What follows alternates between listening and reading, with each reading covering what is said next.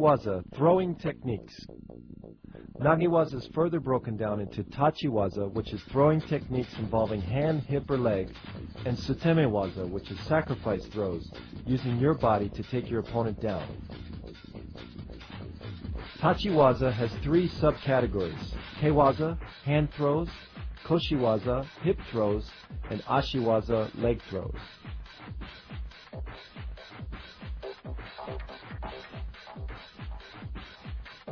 Taotoshi, side body drop. This was the foundation throw of all my throws in competition. The key to Taotoshi is keeping your wrists relaxed and flexible, so when you snap them up, your opponent comes off balance. Try not to worry about where your feet are placed. Just worry about pulling your opponent off balance and turning as fast as you can. Again, let's look at the footwork. My left foot goes across his ankle and I pull my opponent over my foot. Again, as I set my opponent up, it's important to snap my wrists in order to create that kazushi, or off balancing. Then I follow through. Remember, the key to throwing for Ippon, or full point, is to use your whole body, not just your arms or legs, but your whole body committed 100%.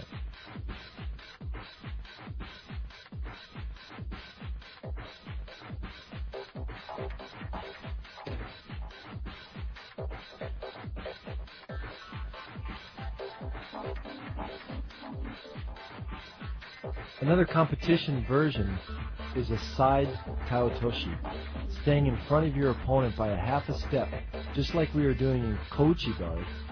This time I'm just going to step across and throw him with Taotoshi. It's a very quick and effective throw. The key to making this successful is setting your opponent up and staying that half a step in front of him. The timing is on the second step is when you should attack.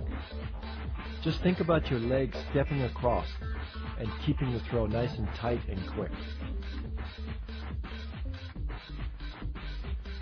A common problem in Taotoshi is your opponent holding you out and not letting your left hand or your lapel hand come in.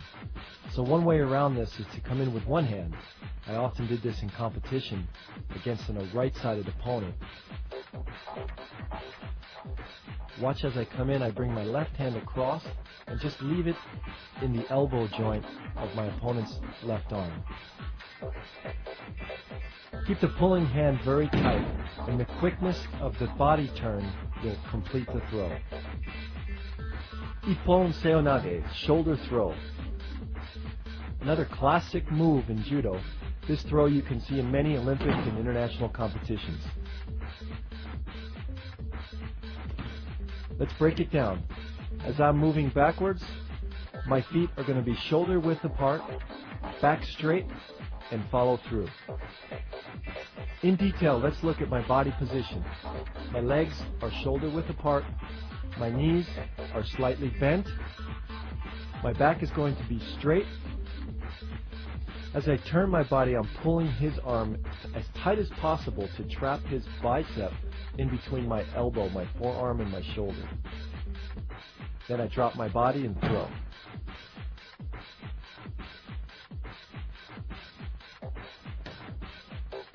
Again, my shoulder should be about the same height as his shoulder. I don't want to drop too low, otherwise his arm's going to come across my neck. In slow motion, I come in, turn, and throw. Let's look at it from a moving angle, the timing of it. As he steps forward, my body is twisting and turning into position. I create the off-balancing or timing by pulling him forward with my right hand. Again, the positioning of my legs should be about shoulder width apart. My left hand also is pulling forward to off-balance him. Let's look at it from a different angle. Notice how I pull him as tight as possible and then turn. There should not be any space in between my shoulder and his chest.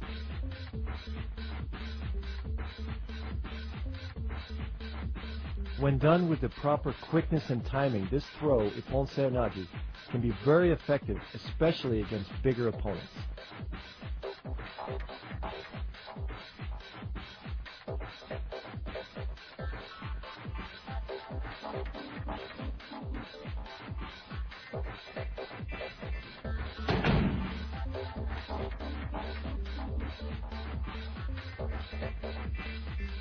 Morote seonage, shoulder throw.